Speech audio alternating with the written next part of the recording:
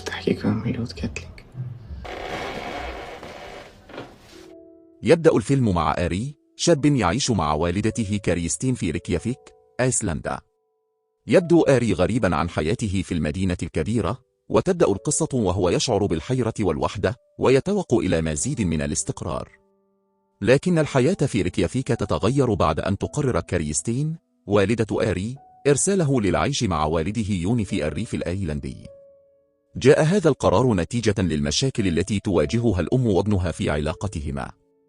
يشعر آري أن والدته لا تفهمه حقا، ولا يشعر بالراحة التامة في منزلها. بعد رحلة طويلة، يصل آري إلى قرية صغيرة بعيدة عن صخب المدينة.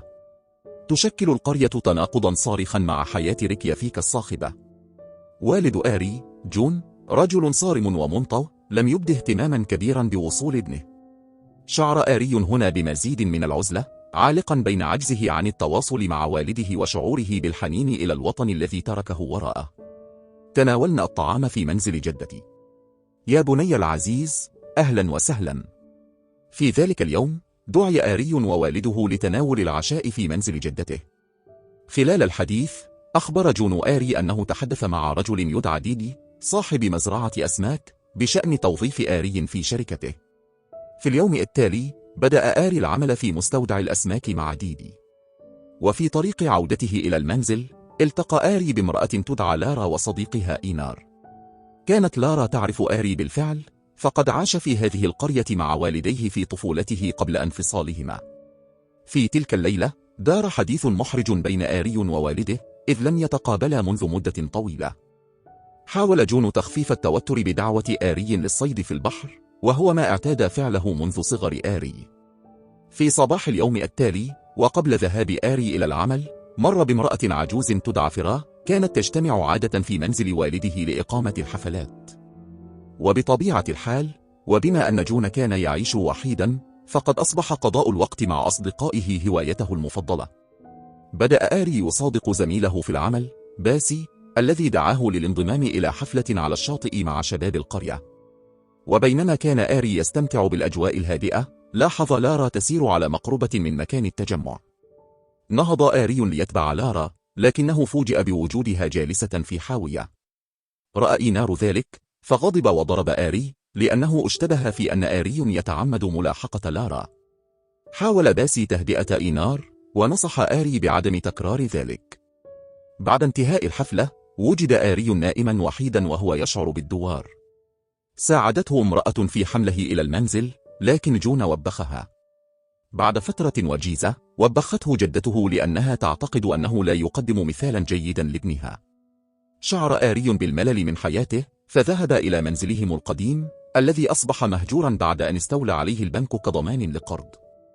هناك، اتصل آري بوالدته وأخبرها أنه لم يعد يرغب في العيش مع والده. لكن يبدو أن والدته لم تكن ترغب في عودته، ربما لأنها تزوجت من رجل آخر لا يريد وجوده في المنزل. بعد فترة، وجدت الجدة ميتة. أصاب فقدانها آري بالإحباط. ثم جاءت لارا لتشجيعه وعانقته. في تلك اللحظة، بدت بذور الحب تنمو بينهما. عاد آري إلى المنزل متجنبا مكالمات والده، ودخل غرفته. لكن والده وبخه، فغضب آري بشدة وقال إن والده لم يهتم لأمره قط، حتى إنه لم يحتفل بعيد ميلاده. في صباح اليوم التالي، وبينما كان آري على وشك المغادرة، بدا أن والده قد تغير وأدرك أخطاءه.